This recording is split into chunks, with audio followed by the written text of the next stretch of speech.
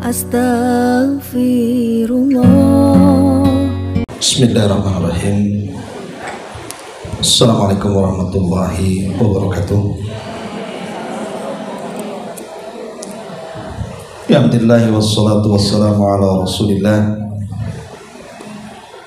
wa ala alihi wa sahbihi wa mawalah wa la hawla wa la quwata illa billahi wa ba'du. Lanjutkan kajian kita, masih membahas kitab Al-Janaiz, dan kita masuk pada hadis ke-541 di sini. Kita baca hadisnya. An Hudzaifah radhiyallahu anhu anna an-nabiy sallallahu alaihi wasallam kana yanha 'anil na'i. Rawahu Ahmad wa Tirmidzi wa hassanahu. Dari sahabat Hudzaifah ibn al-Yaman radhiyallahu an, beliau berkata, Nabi sallallahu alaihi wasallam melarang mengumumkan tentang kematian. Kemudian hadis yang berikutnya, an Abi Hurairah radhiyallahu anhu anna Nabiy sallallahu alaihi wasallam na'an Najashiyya fil yaumil ladzi mata fihi wa kharaja bihim ila al-musalla fasaffa bihim wa kabbara alaihi arba'a, muttafaqun alaih. Dari Abu Hurairah, semoga Allah subhanahu wa ta'ala meridainya, beliau berkata, Nabi sallallahu alaihi wasallam mengumumkan kematian Raja Ethiopia Najasyi di hari kematiannya. Kemudian Nabi sallallahu alaihi wasallam keluar bersama para sahabat menuju tanah lapang, kemudian membuat shaf dan bertakbir 4 kali. Hadis ini disepakati Al-Imam Al-Bukhari dan juga Muslim. Baik, ma'asyiral muslimat yang dimuliakan Allah subhanahu wa ta'ala, dua hadis ini kalau dilihat zahirnya seolah-olah ada kontradiktif, ada pertentangan. Karena hadis Hudzaifah melarang untuk mengumumkan kematian, sementara hadis Abu Hurairah justru Rasul sallallahu alaihi wasallam mengumumkan kematian. Lalu yang benar sebenarnya bagaimana? Boleh tidak seseorang itu mengumumkan kematian? Ma'asyiral muslimat yang dimuliakan Allah subhanahu wa ta'ala,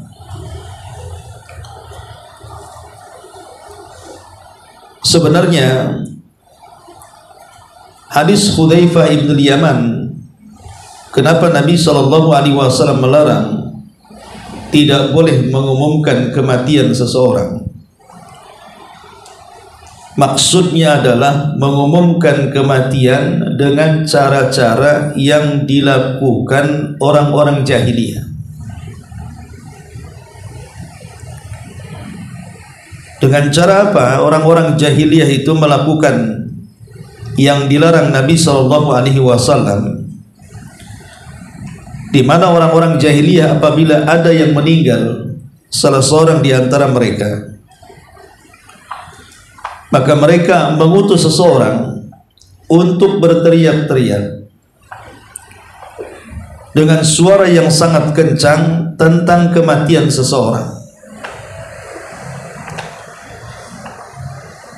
di mana saat pengumuman itu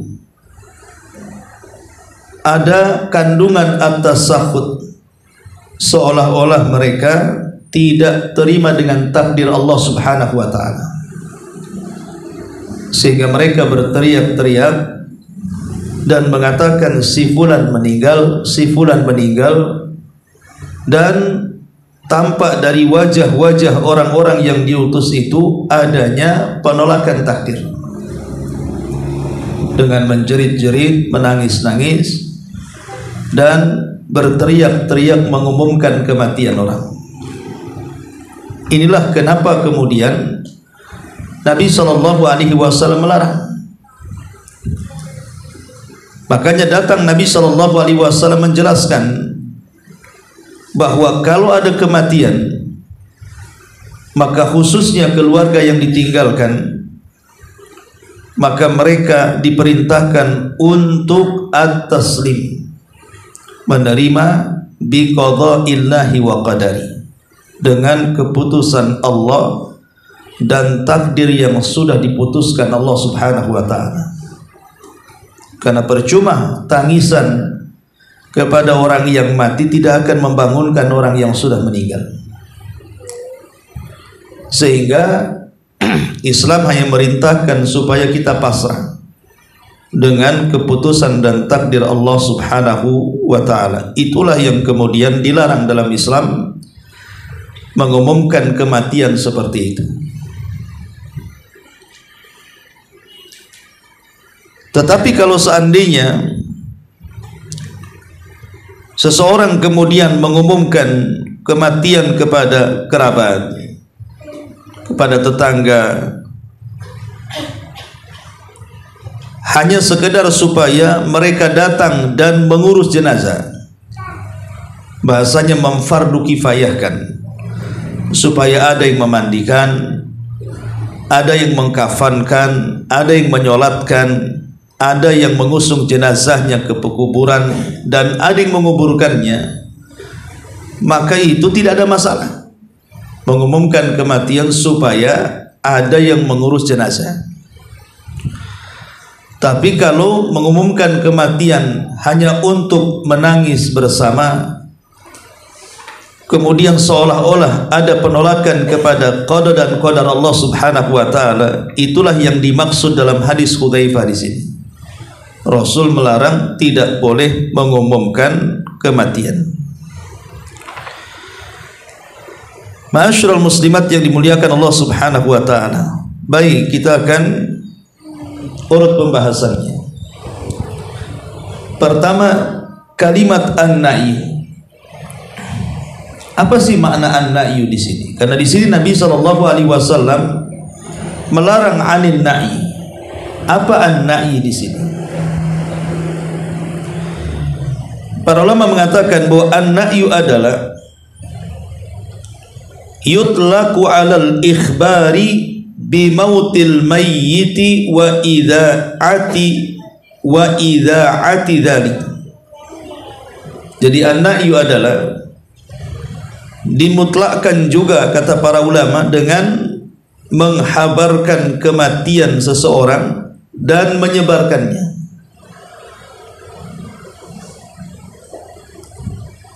Atau terkadang menjelaskan tentang manakib ataupun sejarah orang yang meninggal ini. Mungkin dulunya dia orang baik, diceritakan kebaikannya, atau dulunya orang yang berjasa, diceritakan jasa-jasanya. Maka itu disebut an-na'yu. Al-Imam At-Tirmidzi rahimahullahu ta'ala mengatakan,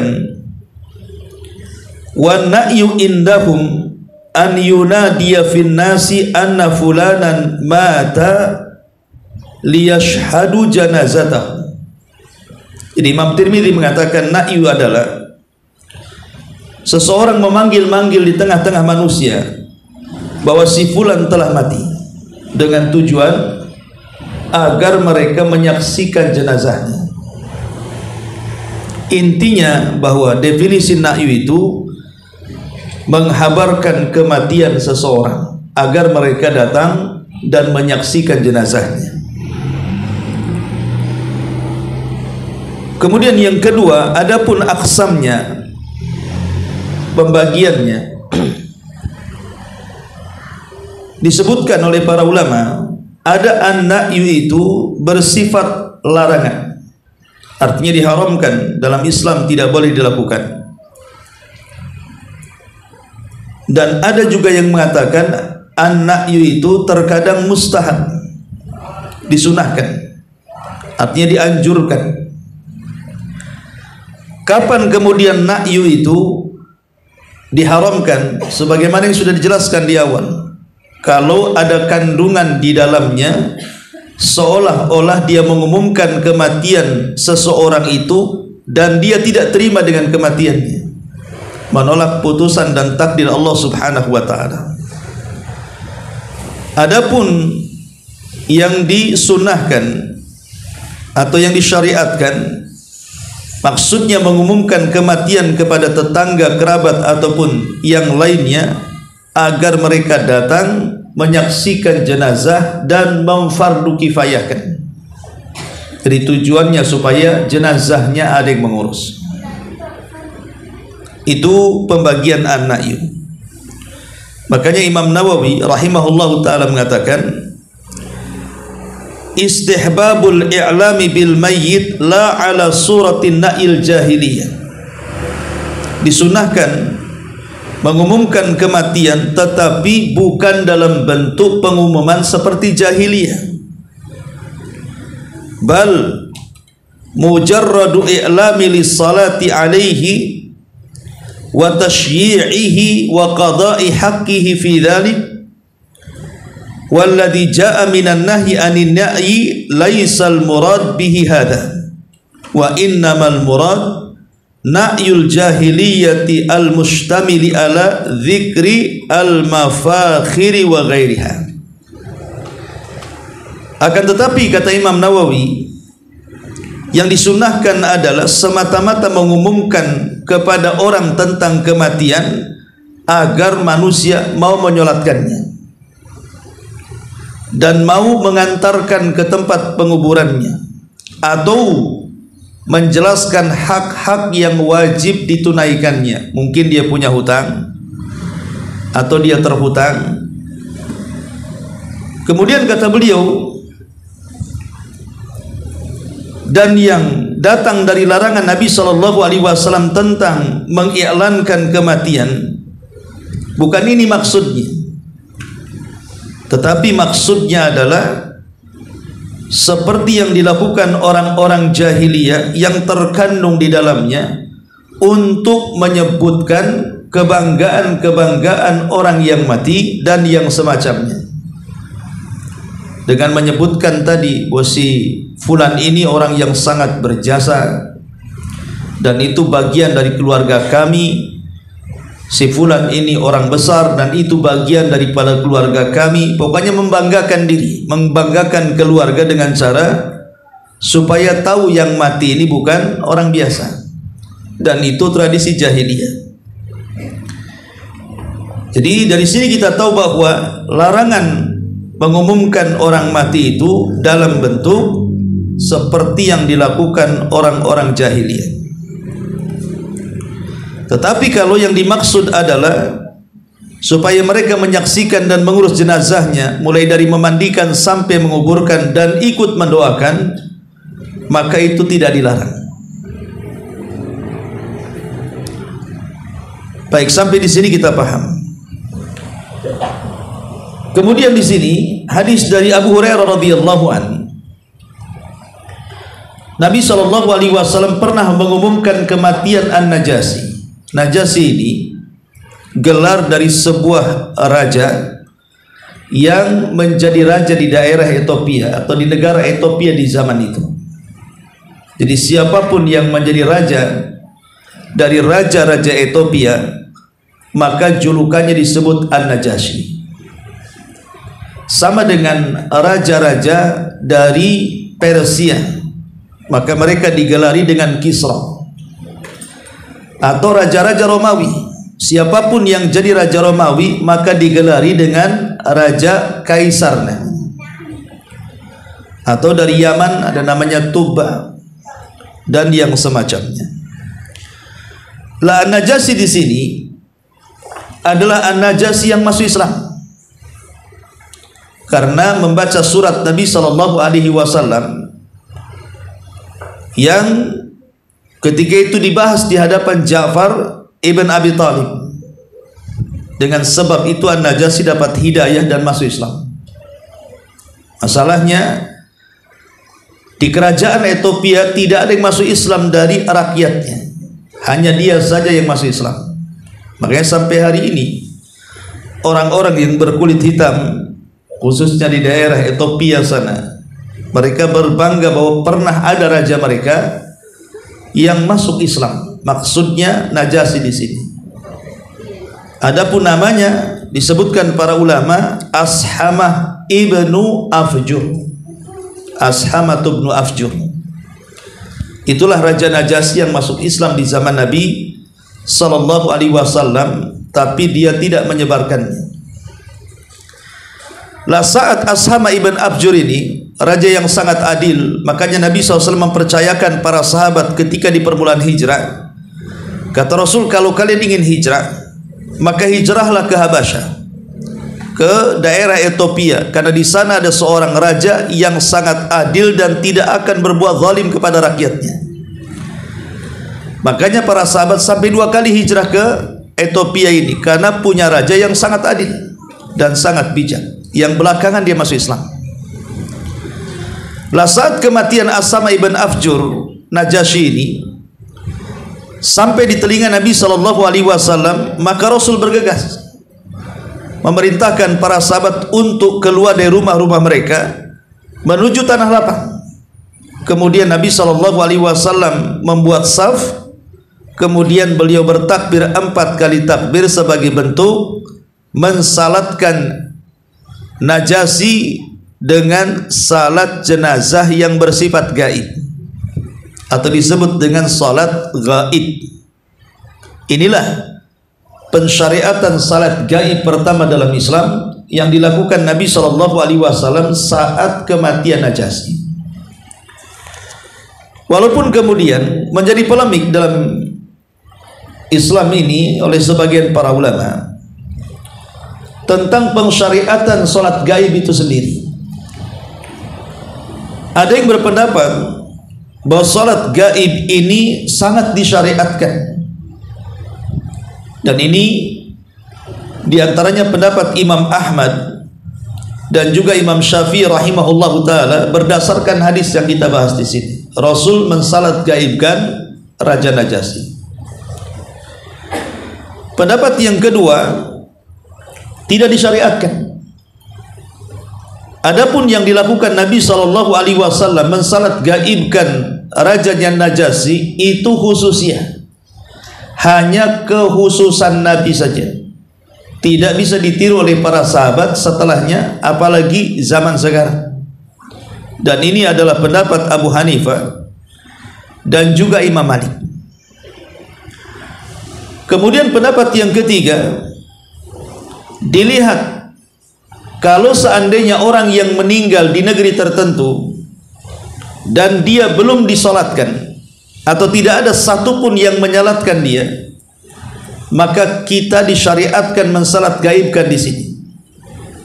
Umpamanya ada seseorang yang kerja di kapal, entah karena kecelakaan apa nyemplung ke laut, kemudian dimakan ikan atau tidak ditemukan jenazahnya, secara otomatis kan belum disolatkan dia.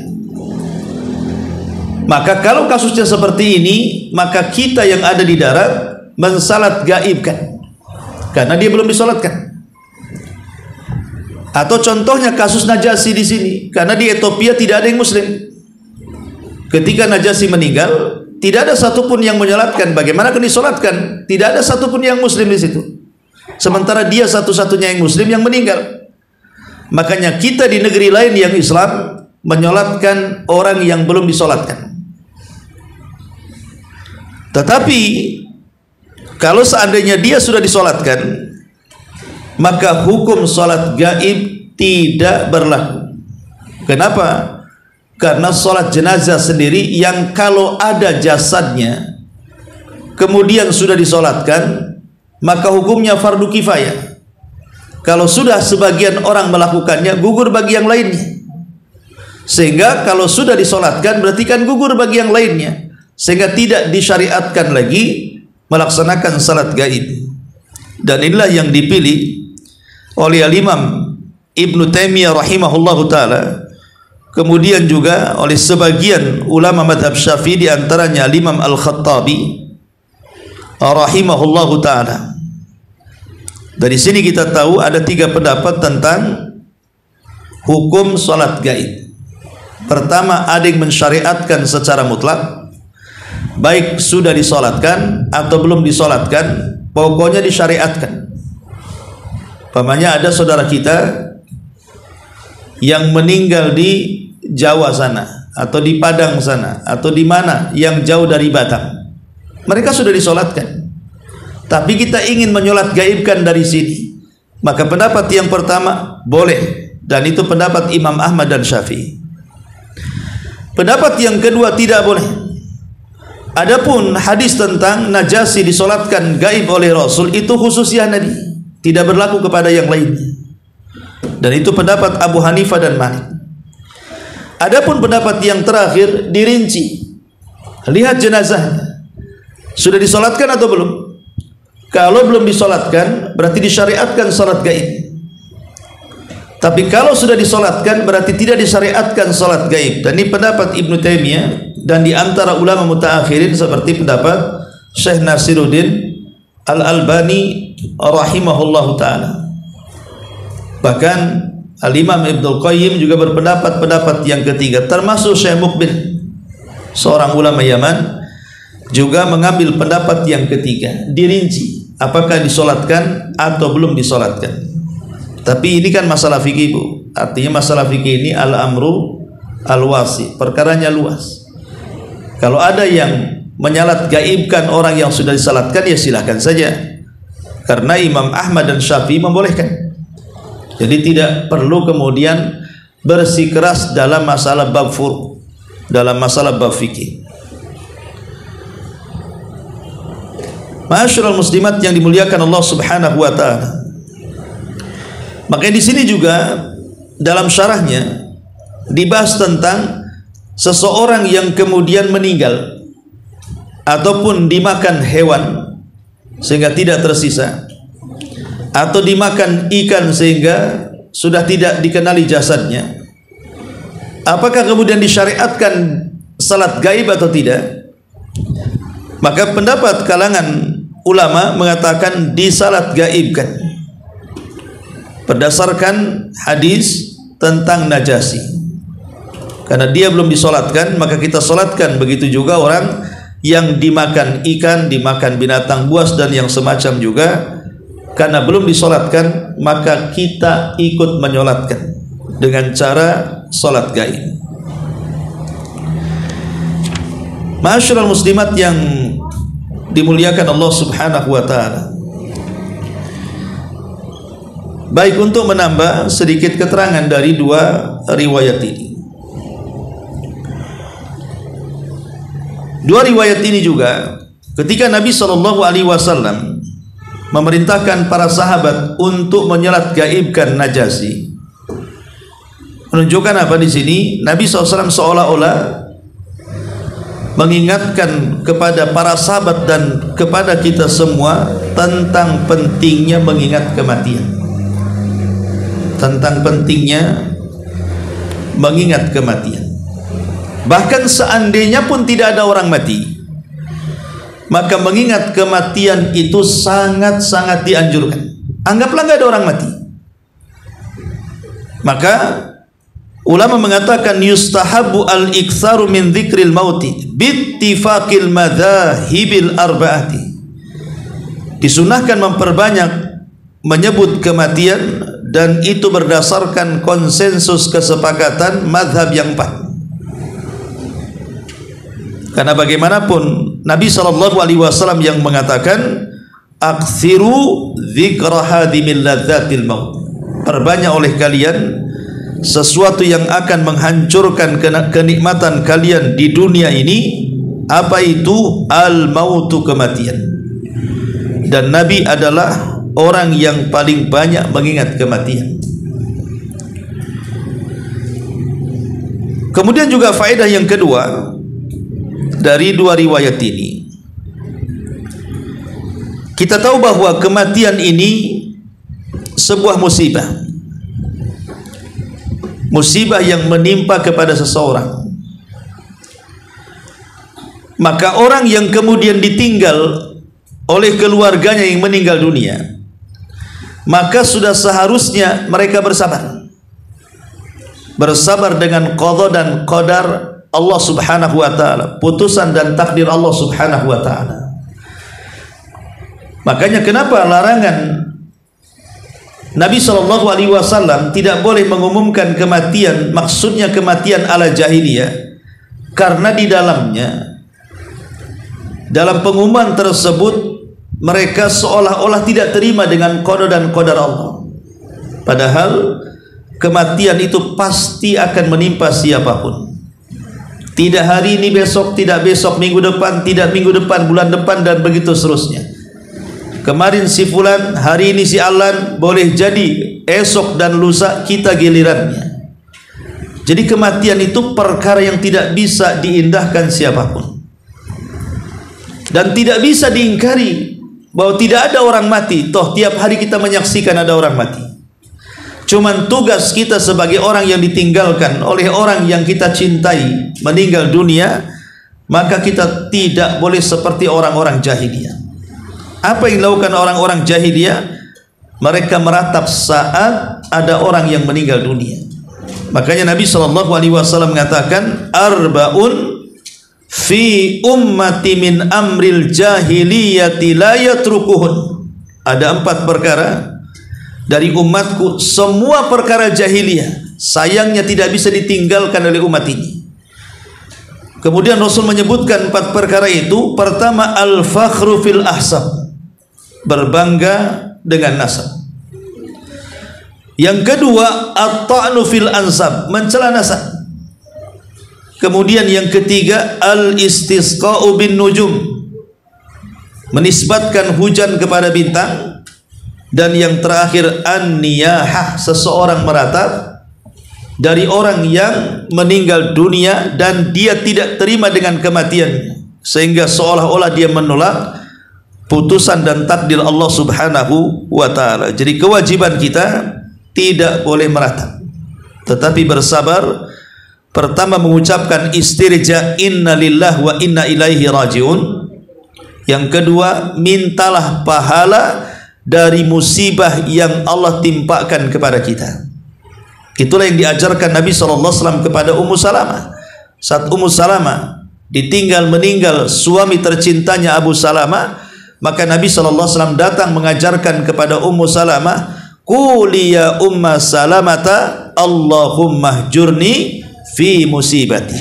Katakan wahai Ummu Salamah, sesungguhnya aku meminta kepadamu ya Rabb pahala akan musibah yang engkau timpakan kepadaku. Dari sini kita tahu sebenarnya kalau Allah Subhanahu wa taala menimpakan musibah apapun, salah satunya kematian orang yang kita cintai, ini bisa menjadi ladang pahala, atau sebaliknya bisa menjadi ladang dosa.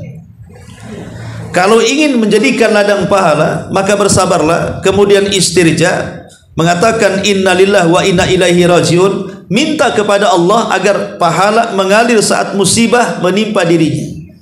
Tapi kalau ingin menjadikan ladang dosa, maka silakan seperti orang-orang jahiliyah yang mereka tidak terima dengan kematian, sehingga berteriak ke pasar-pasar, berteriak di kerumunan keramaian orang tentang kematian orang yang dicintainya. Itulah larangan Nabi SAW tentang na'yu.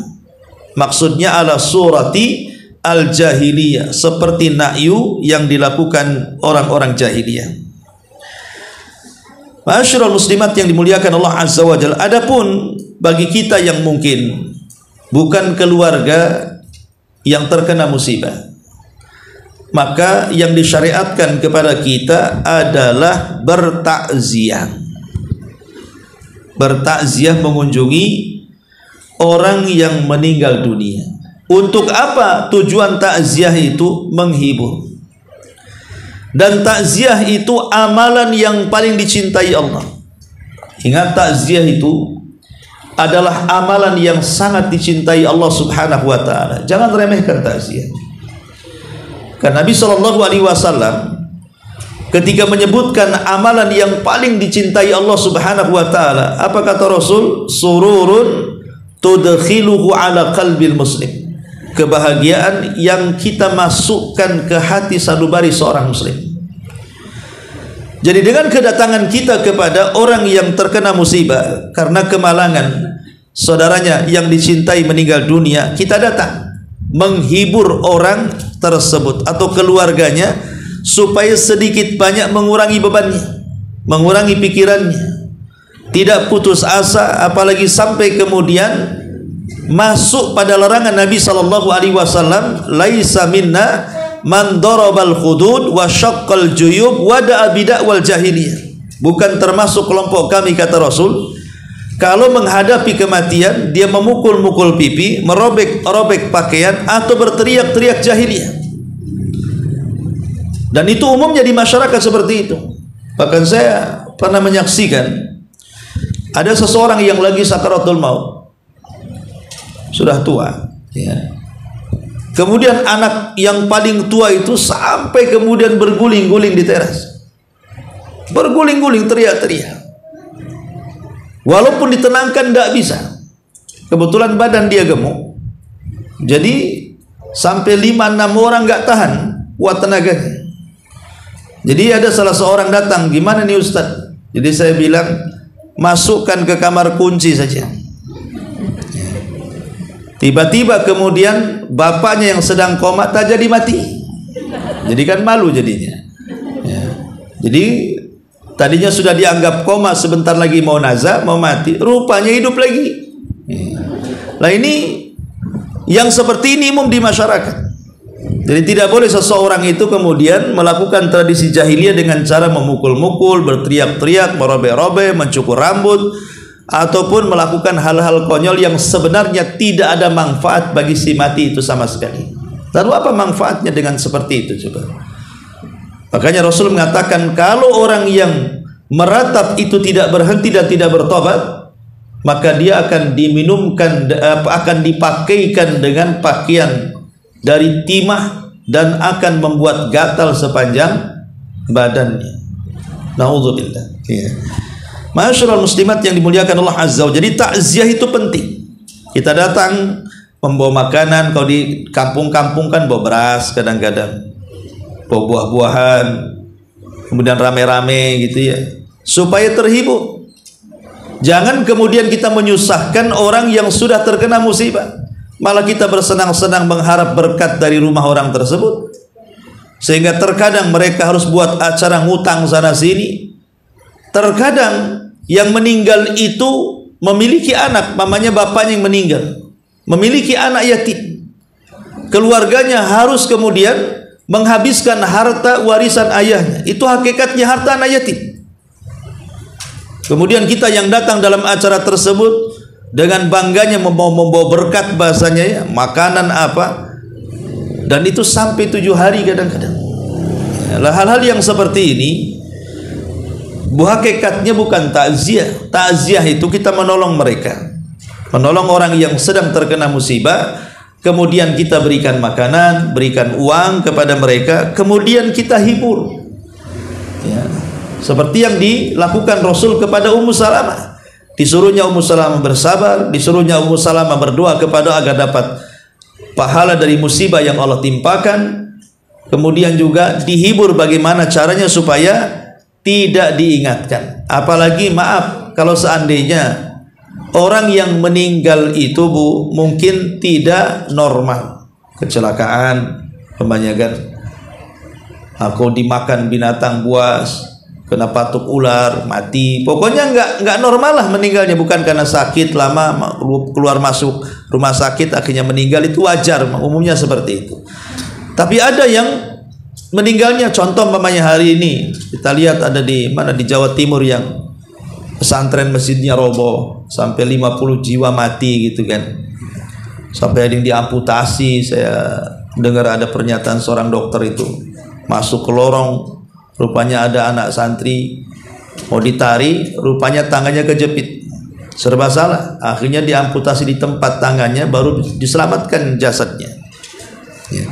Banyaklah kisah-kisahnya. Mungkin kita tidak akan tahan melihatnya. Anggaplah saya sebagai contoh pamannya. Orang ini kematiannya tidak normal. Kalau sudah tahu kematiannya, kalau dia diingatkan kepada kematian jadi akan sedih. Ibu jangan selalu minta diceritakan kematiannya. Itu akan menambah sakit dia. Datang, coba ceritakan suamimu meninggal seperti apa. Nanti diceritakan, nangis lagi. Ya. Datang lagi, bawa temannya, coba ceritakan yang jelas macam mana meninggal anaknya, nangis lagi. Jadi kapan dia senangnya? Kalau disuruh diceritakan, terus ceritakan. Jadi datang tidak usah disuruh ceritakan kematiannya. Datang hibur saja. Sebab kalau disuruh menceritakan bagaimana kematiannya, itu akan menyobek lagi hatinya. Akhirnya nangis. Kapan sampai kapan dia akan hilang rasa sedihnya? Jadi sekali lagi jangan kemudian, makanya kenapa para ulama juga dalam takziah itu sampai membatasi hari, supaya dia bisa menenangkan dirinya. Sebab kalau terus-terusan setiap hari bertakziah sampai berhari-hari bahkan berbulan-bulan, maka luka hatinya tidak akan hilang tuh. Ya. Jadi tujuan takziah itu datang hanya untuk menggembirakan hatinya, mengurangi rasa musibahnya supaya dia pulih kembali. Kecuali kalau seandainya yang meninggal itu suaminya, maka istri boleh berkabung selama 3-4 bulan 10 hari di masa idahnya. Maksudnya berkabung di masa idahnya 4 bulan 10 hari bagi seorang istri yang ditinggal meninggal suami. Maksudnya jangan sampai berdandan, hindari berdandan, gitu maksudnya. Tampakkan bahwa sikap kita dari pakaian, kemudian dari tingkah laku, bahwa kita juga sedang berkabung. Makanya kemudian agak lama masa idah orang yang ditinggal mati dengan masa idah orang dicerai. Kalau orang dicerai itu kan 3 kali sucian atau 3 kali haid, ya. Tapi orang yang ditinggal meninggal itu harus 4 bulan 10 hari. Memang betul itu seperti itu. Dia nggak boleh keluar dari rumahnya kecuali karena ada hajat kebutuhan. Mungkin memang dia harus cari makan, keluarganya susah, atau ada keperluan gitu ya, supaya tanda berkabungnya di situ. Dan tidak boleh seseorang sedang berkabung tiba-tiba kemudian menerima lamaran. Tidak boleh menerima lamaran seperti itu. Walaupun dalam bentuk sindiran, sebaiknya jangan diterima. Karena suaminya meninggal adalah mungkin laki-laki datang, ya saya sebenarnya saya cari istri juga, ya persis kayak gitulah, itu kan kurang ajar kan. Ya. Ini orang lagi berkabung, lagi masa idah. Kalau ada orang yang seperti itu, langsung ditutup aja pintunya. Ya. Tunggu sampai selesai masa idahnya. Ya. Baik, intinya bahwa di sini, bahwa di antara adab orang-orang yang di luar daripada orang yang terkena musibah, maka datang bertakziah. Takziah itu bukan hanya sekedar datang duduk, bukan hanya sekedar itu. Karena itu tidak akan berpengaruh sama sekali. Yang berpengaruh adalah memberikan nasihat. Memberikan nasihat, memberikan ya apa yang kita miliki, sedekah dengan dia. Ya, kalau dia memang sudah kaya, ya cukup nasihat-nasihat yang baik, doakan terbaik. Karena biasanya dalam kondisi orang terkena musibah, kalau kita memberikan doa-doa terbaik, itu bisa menenangkan hati dia. Menenangkan hati dia. Apalagi kalau ibu bisa bercanda, ya, supaya bagaimana caranya dia bisa tersenyum, tertawa lagi, dan begitu seterusnya. Bisikin saja, nanti habis masa idahnya saya carikan pemainnya, atau gimana kan. Yang penting dicandai saja, walaupun tidak serius. Yang penting kan dia agak tenang hatinya. Itulah namanya takziah. Ya, takziah itu supaya kesabaran dia makin meningkat. Jangan takziah disuruh cerita kematian orang yang dicintainya, itu bukan takziah. Makin lagi dia sedih lagi. Sedih lagi sampai kapan kan itu? Apalagi minta detail diceritakan. Intinya di sini bahwa dua hadis ini menjelaskan kepada kita tentang larangan tidak boleh mengumumkan kematian.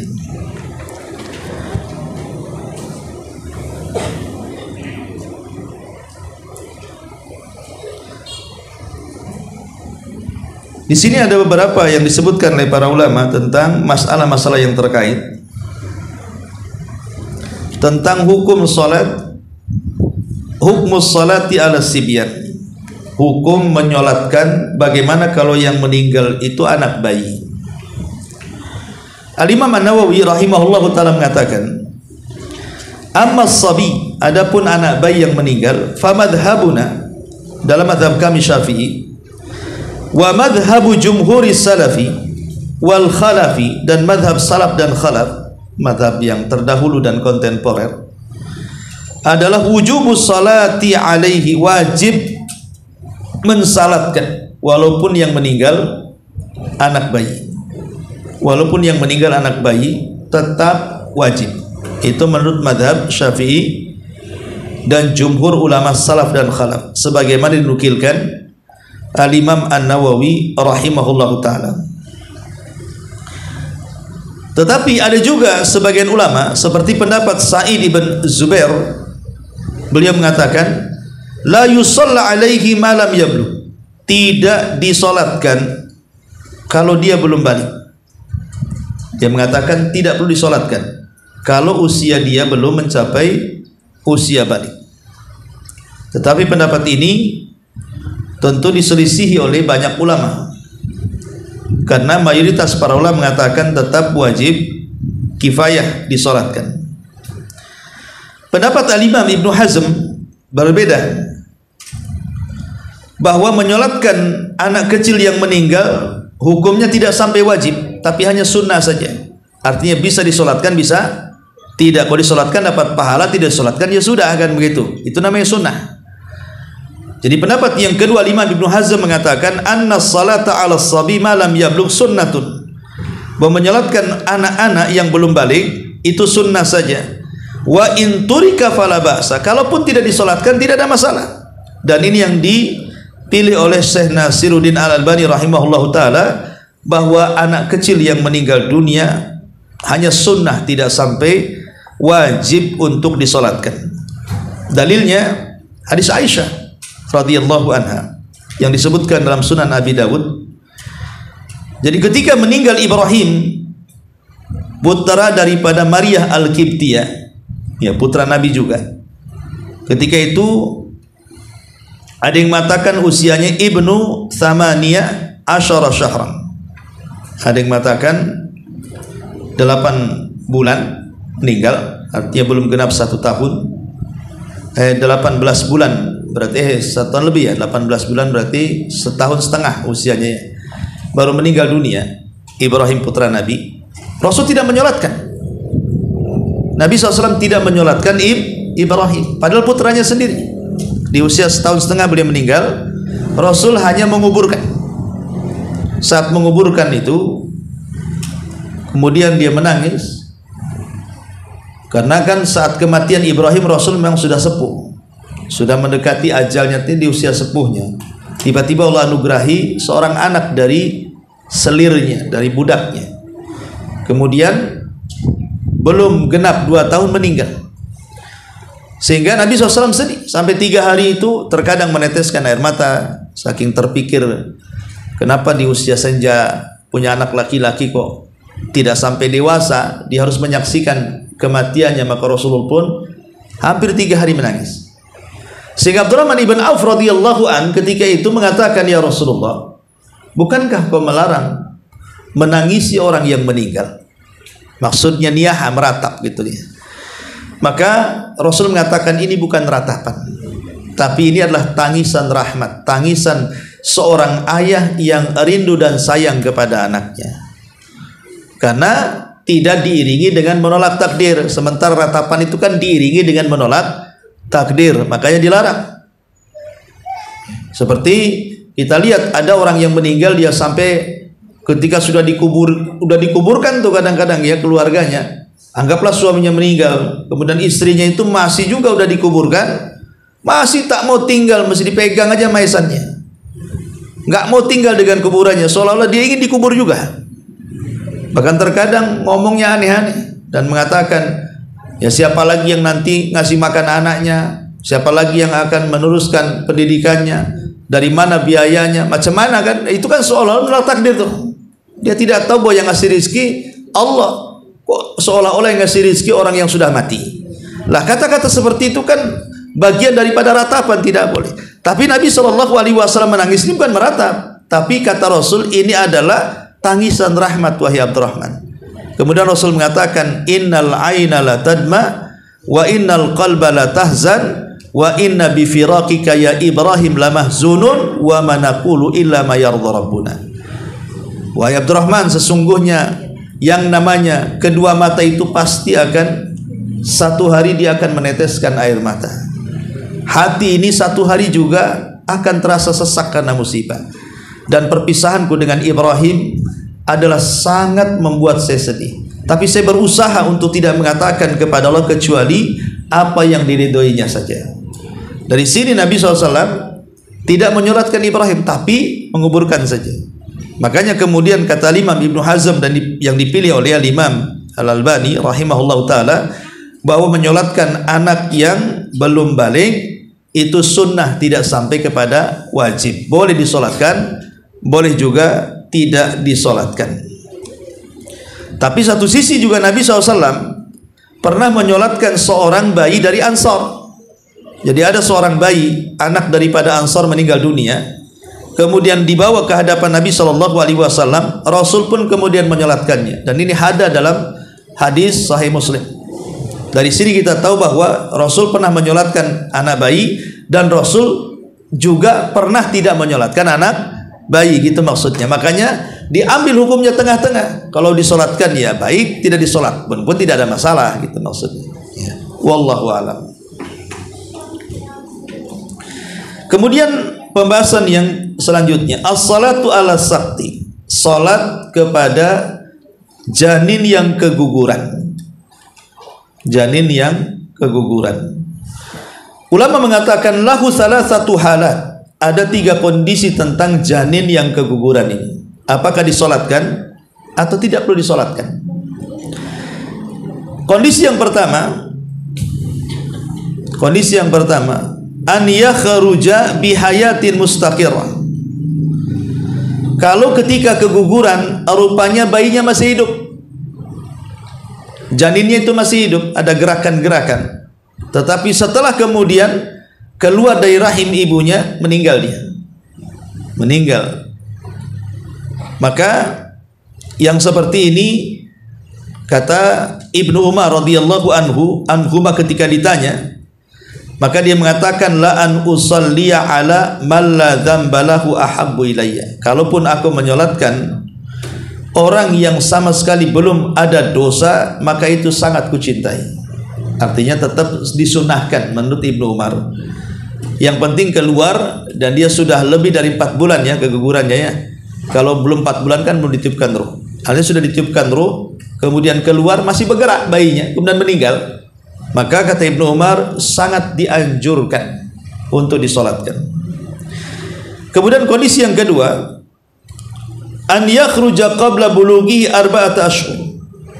Kalau kegugurannya sebelum 4 bulan, artinya belum jadi janin, sebelum 4 bulan karena belum ditiupkan ruh, maka fala yusalla alaihi, tidak disyariatkan disolatkan.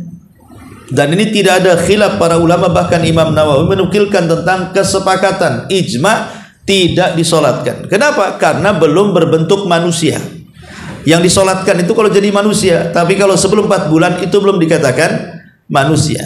Artinya tidak perlu disolatkan, berarti dia bukan manusia.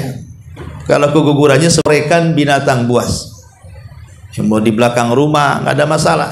Tidak harus dikuburkan di pekuburan kaum muslimin kayak di sini, tidak harus di Ketamiang begitu kan. Karena kan belum 4 bulan, di belakang rumah saja kan.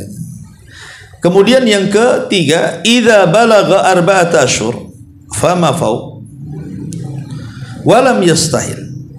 Kalau seandainya usianya di atas 4 bulan, tetapi ketika melahirkan sudah tidak bergerak, artinya mati dalam perut, maka dalam madhab Sa'id dan Imam Ibnu Sirin, Imam Ahmad dan Ishaq mengatakan tetap disyariatkan untuk dimandikan.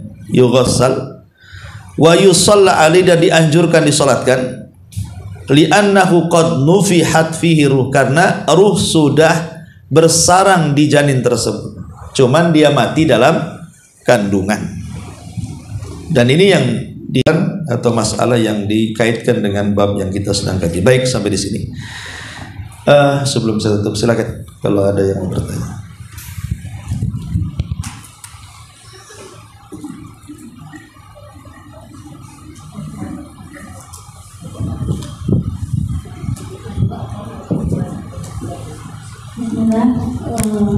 Juga memohon Ustaz atas paparan ilmunya dan banyak faedah-faedah yang kami dapat. Mudah-mudahan apa yang disampaikan ini menjadi tambahan ilmu buat kami semua.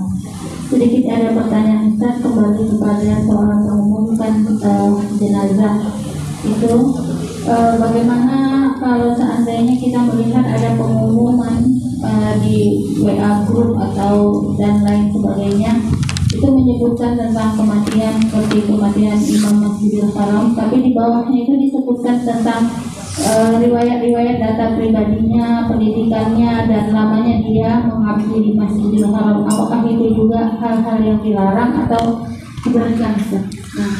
Iya, alhamdulillah. Itu tidak mengapa, itu nahyu yang dibolehkan. Seperti Rasulullah SAW mengumumkan tentang kematian Najasyi, dan dia orang besar dan punya jasa, dan didoakan kebaikannya. Adapun yang dilarang, sekali lagi, seperti yang dilakukan orang-orang jahiliyah, berteriak-teriak di pasar, kemudian dijadikan, di satu sisi terkadang dijadikan kebanggaan dengan kematiannya, di sisi lain terkadang seolah-olah tidak terima dengan kematiannya, menolak qada dan takdir Allah Azza wa Jalla. Adapun yang ma'ruf, terkadang kita membaca di medsos mengiklankan kematian, kalau tujuannya hanya untuk tujuan bolehnya mengumumkan dalam Islam itu hanya sekedar supaya jenazahnya ada yang ngurus, itu saja, tidak lebih daripada itu, supaya banyak yang menyolatkan, banyak yang mengantarkan ke kuburannya, banyak yang menguruskan, itu saja, tidak lebih daripada itu yang disyariatkan. Wallahu a'lam. Nah, itu pertanyaannya Ustaz tentang masa idah wanita. Suami saya sudah meninggal dunia dan saya menjadi seorang single parent. Kemudian tapi saya tetap bekerja setelah 3 hari suami saya meninggal. Sementara tadi Ustaz menyebutkan bahwa wanita itu masa idahnya 4 bulan 10 hari. Bagaimana dengan hal ini Ustaz? Yang kedua, saya tetap melakukan sholat di masjid dan mengikuti pengajian. Apakah ini saya berdosa melakukan hal ini? Begitu Ustaz. Ya, alhamdulillah. Maksudnya masa idah atau masa berkabung 4 bulan 10 hari itu maksudnya tidak boleh melakukan hal-hal yang membuat fitnah dengan cara berdandan, memakai baju bagus, wangian dan yang semacamnya. Karena itu akan membuat perasaan keluarga itu tersakiti.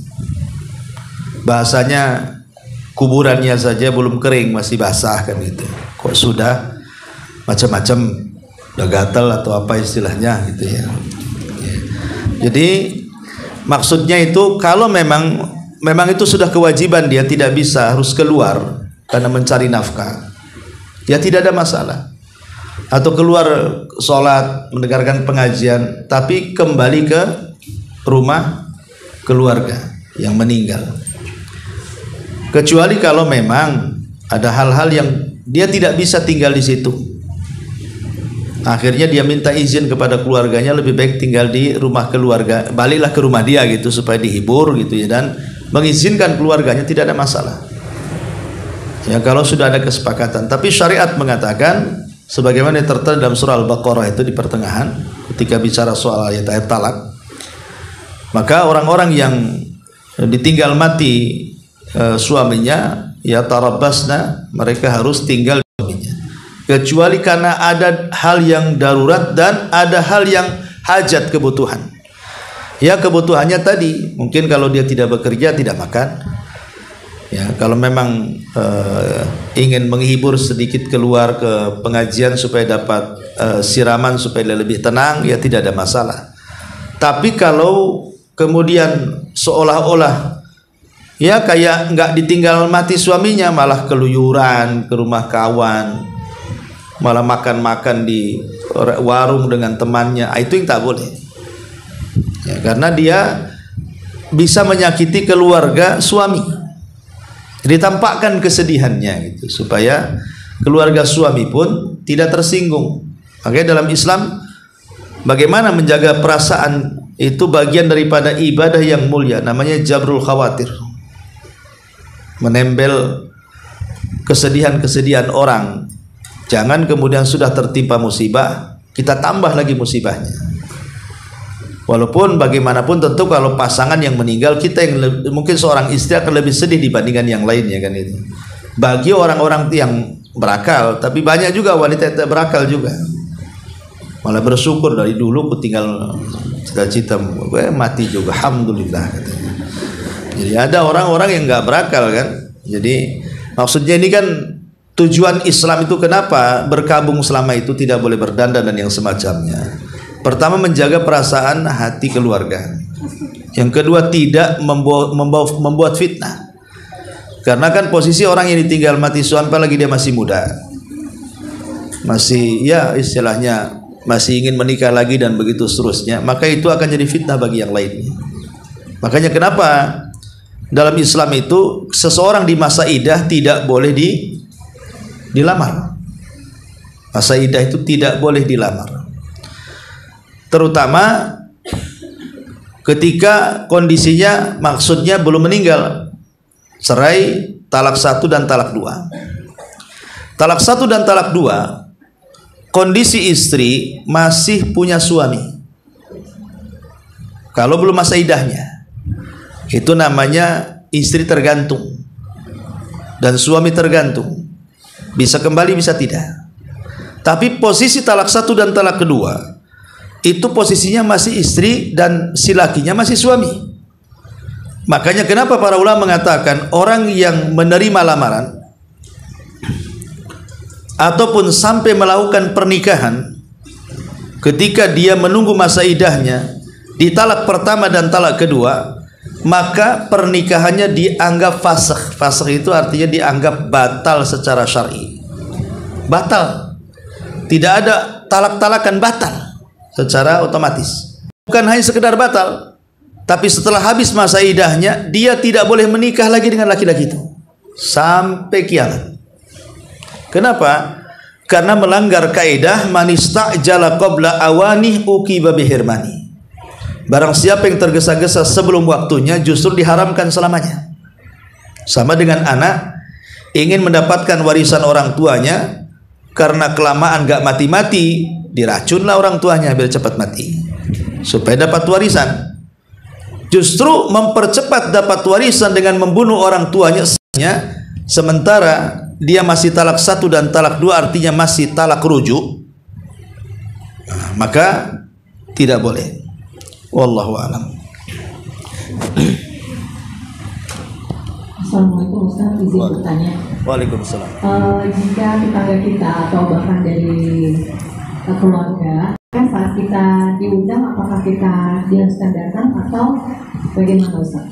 Terima kasih. Iya, alhamdulillah. Mengirim bacaan Al-Quran kepada orang yang sudah meninggal ini jadi khilaf ulama. Karena yang disepakati ketika kita ingin mengirim pahala kepada orang yang sudah meninggal yang jelas-jelas pasti sampai itu cuma 2 perkara saja. Pertama doa, yang kedua sedekah. Ini tidak ada khilaf ulama. Kalau kita berdoa pasti akan sampai. Kalau kita sedekah kemudian kita sampaikan pahalanya untuk orang yang meninggal, pasti sampai. Tapi yang lainnya menjadi silang pendapat. Umrah untuk orang mati, haji untuk orang mati, baca Quran untuk orang mati, itu khilaf ulama. Ada yang mengatakan sampai, ada yang mengatakan tidak. Cuman masalahnya ulama berselisih pendapat tentang bacaan Quran yang dikirim kepada orang mati itu sifatnya yang membolehkan itu seperti apa, mengirim pahalanya seperti apa. Ada sebagian para ulama mengatakan maksudnya seseorang membaca Quran dulu, umpamanya dia baca surah Al-Baqarah atau surah Al-Imran atau surah Yasin atau surah Toha atau surah-surah yang lainnya, baca dulu. Baca Qurannya sudah selesai ya. Setelah dibaca Qurannya, kemudian dia mengatakan, ya Allah, kalau memang tadi saat saya selesai membaca Quran ini ada pahalanya, saya ingin pahala yang baca Quran tadi saya ingin kirim ke orang tua saya yang sudah meninggal. Ada yang mengatakan kaifiahnya seperti itu, ngirim pahala bacaan Quran itu maksudnya pahala yang sudah kita baca. Bukan bacaan ini kita kirim ke mereka, bukan. Tapi kita baca dulu Qurannya, kemudian kita katakan, ya Allah, kalau tadi saat saya membaca Quran ada pahalanya. Kan setiap satu huruf baca Quran 10 pahala tuh. Kalau memang ada pahalanya, saya kirim. Itu maksudnya mengirim bacaan Quran kepada orang meninggal. Bukan kita kirim bacaan ke mereka, bukan begitu. Ya, maksudnya seperti itu. Baik, intinya kalau memang kita diundang dalam acara-acara yang menurut kita bertentangan dengan keyakinan dan akidah kita, maka Islam itu kan dibangun di atas maslahat dan juga madarat. Islam itu dibangun di atas maslahat dan madarat. Mabniun alal masalih wal mafasid, dibangun di atas kemaslahatan dan kerusakan. Artinya apa? Setiap perkara itu dalam pandangan Islam harus dilihat dari sudut pandang ada maslahatnya ataukah ada madaratnya. Berapa maslahatnya, berapa madaratnya. Contoh, di depan kita ada orang mabuk. Dalam hadis Nabi SAW mengatakan, kalau kita melihat kemungkaran, cegah dengan tangan, tidak bisa dengan lisan, tidak bisa dengan hati, kan? Kan begitu tata cara kita mengingkari sebuah kemungkaran. Kalau seandainya kita mau mengingkari kemungkaran dengan tangan, kita datangi orang itu, ambil aja botolnya, kita marahi, jangan mabuk, haram, ini dalilnya macam-macam. Ya. Lihat di sini dalam kacamata 3 kaidah. Kaidah pertama, lihat maslahatnya dan juga timbang madaratnya. Kalau dengan cara kita datang mengambil botol minumannya, kemudian kita nasihati, itu maslahatnya lebih daripada 50% dan madaratnya kurang daripada 50%, maka mengingkari kemungkaran dalam posisi seperti ini wajib dilakukan.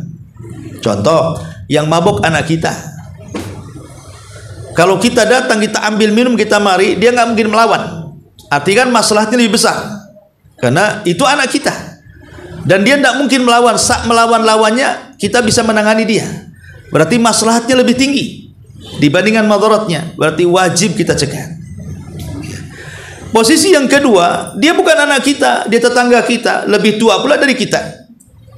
Kalau kita cegah, bahaya. Bukannya kita ambil botol melayang di kepala, kan itu. Bisa saja kita dihantam dia. Berarti madaratnya lebih besar, maslahatnya lebih kecil. Maka haram dilakukan. Walaupun di depan kita kemungkaran, haram hukumnya. Kenapa? Karena mencelakakan diri sendiri namanya.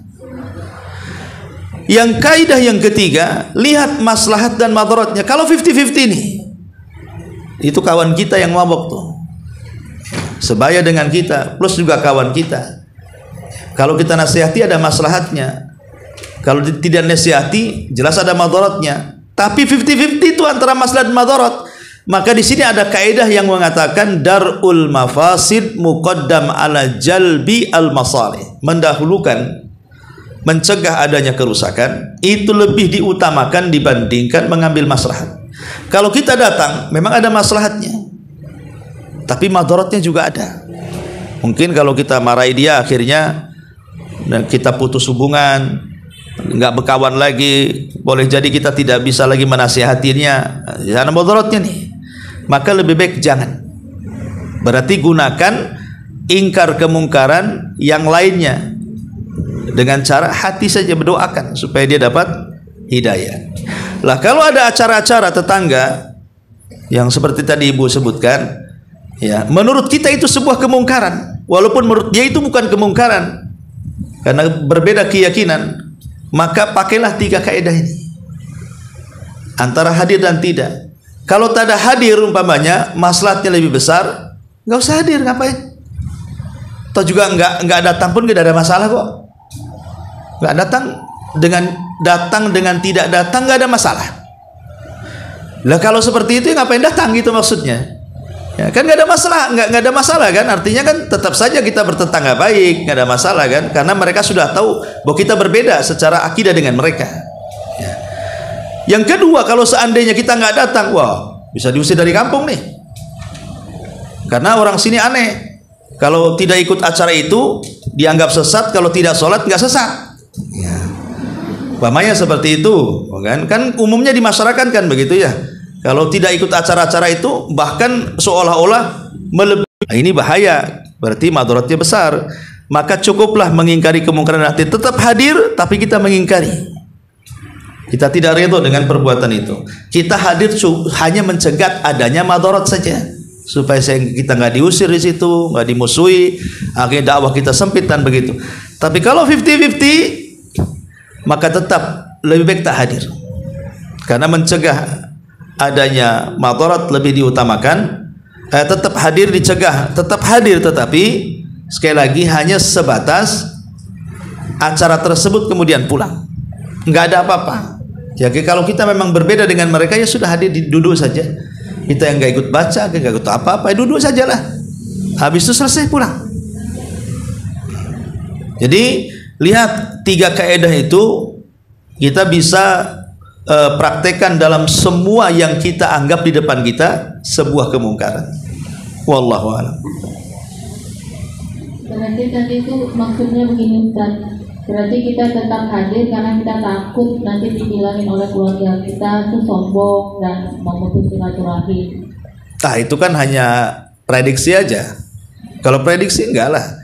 Maksudnya kalau sudah was-was saja. Was-was saja, atau kalau seandainya kalau kita ini mungkin ada acara kesyirikan umpamanya kan, kita tidak bisa menghindar karena itu tetangga atau apa kan, maka sebenarnya para ulama bolehkan kalau kita tidak berani terang-terangan berbeda akidah kita dengan mereka, maka kita boleh berdusta dengan cara apa? Mungkin ibu pura-pura ada acara di luar. Oh ya, oh ini malam ini ada acara di sini. Saya keluar aja lah. Kan itu. Ketika besok ditanya, kok semalam gak hadir? Iya, kebetulan malam itu saya ada acara. Walaupun bohong kan, tapi tingkatan dosanya lebih ringan dibandingkan hadir, umpamanya begitu. Contohnya, ya itu namanya apa? Mengambil yang paling ringan madarat, akhaffu dararain. Berbohong madarat juga nggak boleh kan? Tapi kalau hadir lebih besar lagi madaratnya. Ya sudah, ambil yang sedikit madaratnya. Kita cari alasan. Ya. Tapi kalau kita umpamanya berani, ya kita ngomong saja, saya berbeda dengan kalian. Ya, bagi saya acara ini nggak benar. Walaupun bagi kalian acara itu benar, terserah kalian. Ya, gitu. Kalau kita, ya kalau ya perasaannya lebih dikedepankan, nah itulah mengambil tadi opsi-opsi yang tadi. Wallahu a'lam. Baik, sampai di sini.